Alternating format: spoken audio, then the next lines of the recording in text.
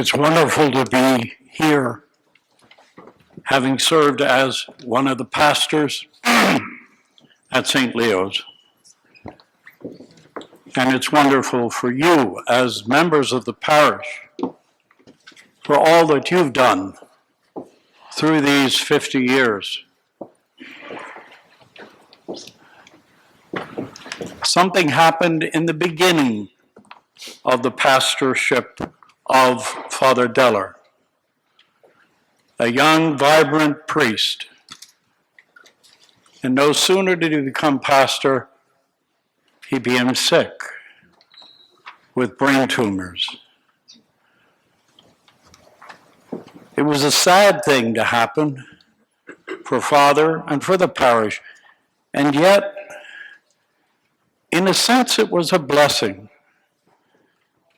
Because in the very beginning of St. Leo the Great Parish, people learned to pick up whatever might be lacking and to help and to become more involved in the body of the church.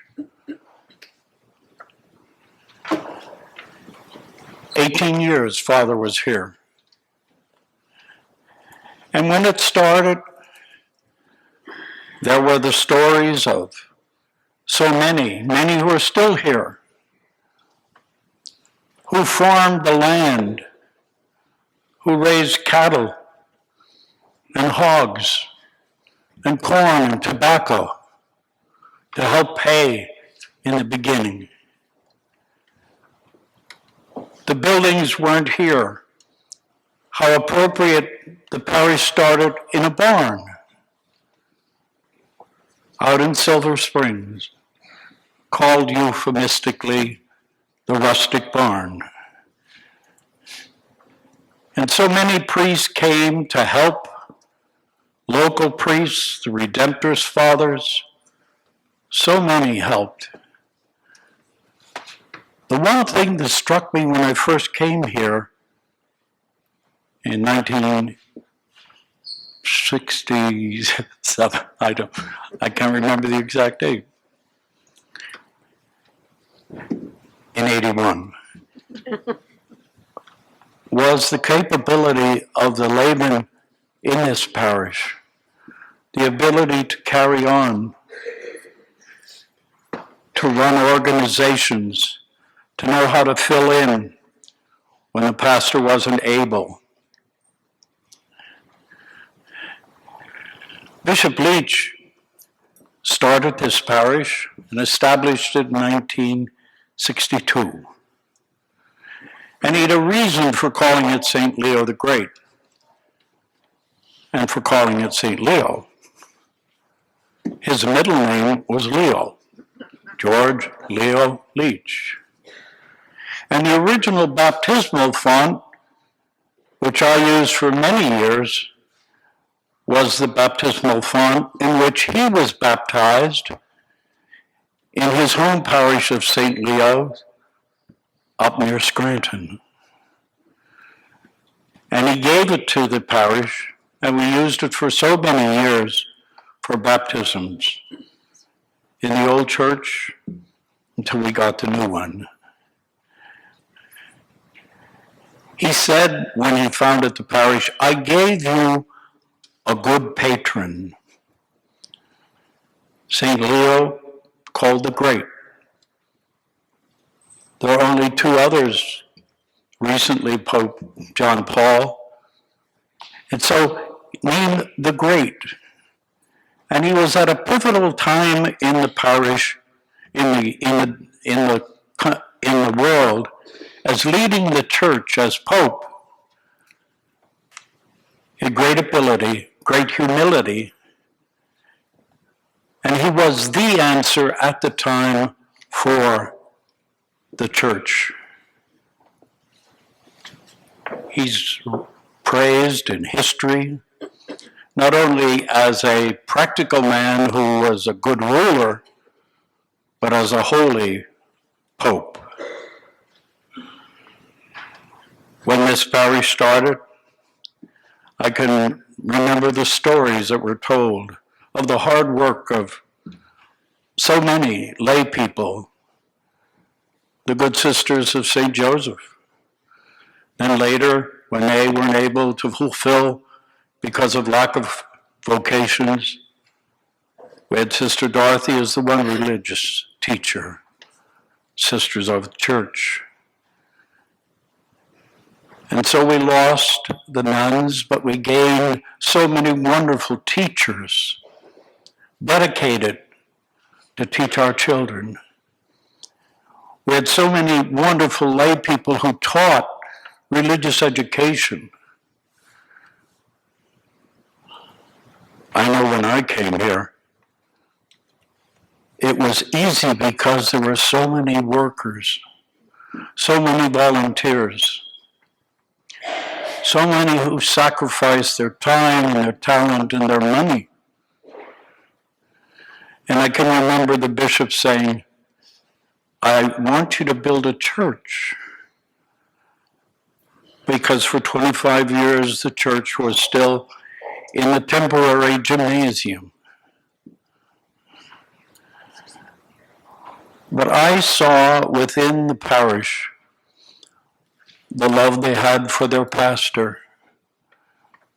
And I can remember the parish was advertised among the priests, and several priests wrote in and asked for it.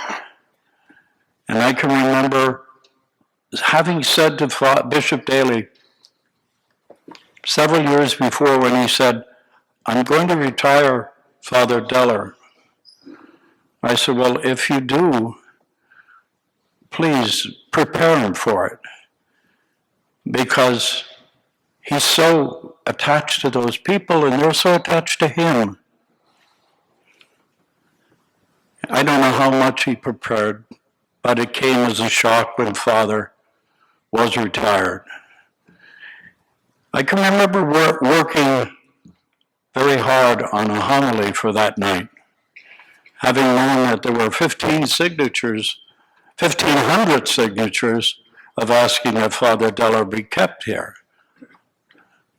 And as I walked into church that Saturday night with Father Deller celebrating Mass, I thought, what did I do?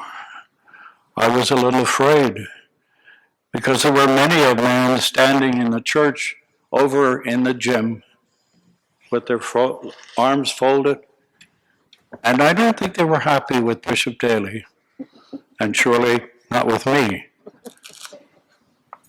And I remember taking the talk that I had prepared long and hard, and I put it under the pulpit, and I just talked.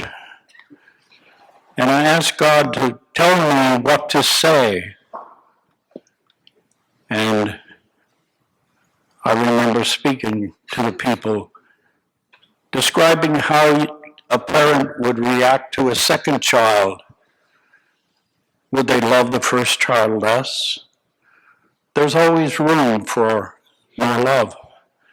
And I can remember telling them that night, I said, I know how much you love Father Deller. Just look at me as a second child in your family. And then I remembered right on the spot that when I was a young seminarian, I said at Christmas, my first year, I said to myself, I'm not going to continue. I'm going to leave the seminary.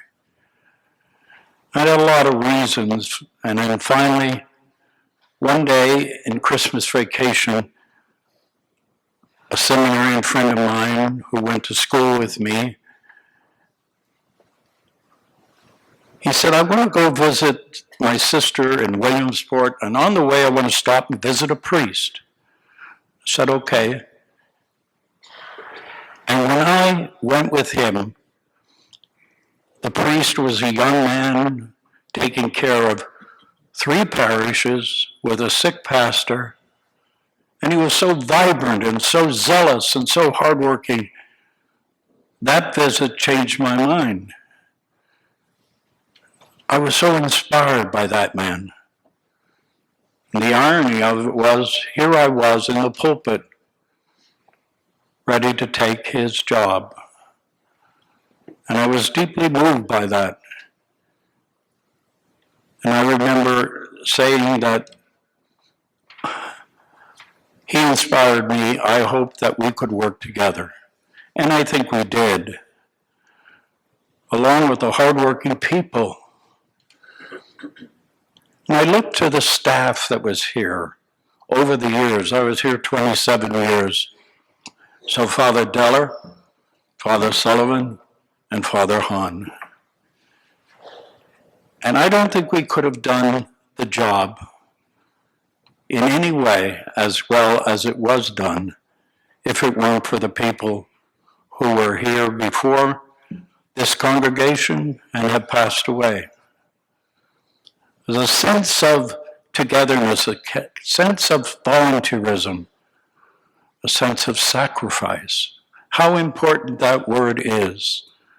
It's important in speaking about a marriage, that those who love each other are to sacrifice for each other. And surely there was a lot of sacrifice here through the inspiration of Father Deller and those who led this parish for so many years.